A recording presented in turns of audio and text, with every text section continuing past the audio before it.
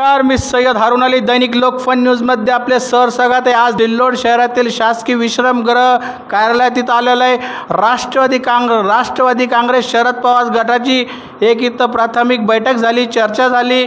स्थानिक स्वराज्य संस्था सार्वत्रिक निवडणुका 2025च्या पार्श्वभूमीवर इथं आपल्यासोबत आहे प्राध्यापक राहुलजी ताटे सर, शेख शफीक सर आणि पदाधिकारी आहे आणि यांच्याकडून जाणून या की जिल्हा परिषदच्या जे निवडणुका आहे याबद्दल यांची काय चर्चा झाली आणि कोण उमेदवार देणार आहे।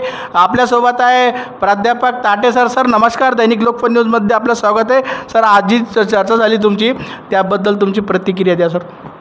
आज आमची राष्ट्रवादी काँग्रेस पक्ष शरदचंद्र पवार गटाच्या माध्यमातून स्थानिक आगामी ज्या स्थानिक स्वराज्य संस्थाच्या निवडणुका आहेत, जिल्हा परिषद आणि पंचायत समित्या, याच्या अनुषंगाने मुख्य पदाधिकाऱ्यांची एक बैठक आम्ही आज या ठिकाणी आयोजित केली होती, ज्यामध्ये कुठले सर्कल आपण या ठिकाणी जिल्हा परिषदेचे लढले पाहिजेत, कुठल्या पंचायत समिती आपण या ठिकाणी लढल्या पाहिजेत, इच्छुक कोण कोण आहेत, या प्रकारचा या संदर्भाने आम्ही सर्व विस्तृतपणे या ठिकाणी चर्चा केलेली आहे।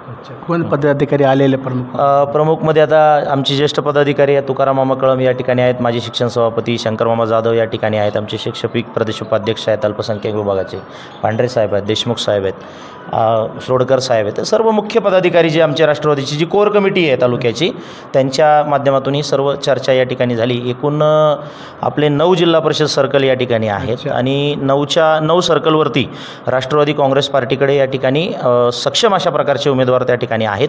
फक्त येणाऱ्या काळामध्ये आता अलायन्स युती कशा संदर्भाने होते, महाविकास आघाडीचं गणित कशा पद्धती वरिष्ठ पातळीवर जी चर्चा होईल तो निर्णय आम्हाला त्या ठिकाणी मान्य राहील। पण सध्या तरी आमच्याकडे 9च्या 9 सर्कलसाठी आणि 18च्या 18 पंचायत समिती गणासाठी आमच्याकडे उम्मीदवार या ठिकाणी आहेत। शेख शफीक सर, अस्सलाम वालेकुम सर, आप क्या कहेंगे जिला परिषद के बारे में? नगर परिषद है, नगर पंचायत है और पंचायत समिति है। वालेकुम सलाम, सबको मेरा नमस्कार। होने वाले येणाऱ्या जिल्हा परिषद पंचायत समितीमध्ये आता आमची एक छोटेखानी बैठक झालेली आहे। आम्ही यांचा अहवाल पूर्ण आता आमच्या जिल्हाध्यक्षकडे पाठवणार आहे आणि तो अहवाल प्रदेशाध्यक्षकडे जाणार आहे।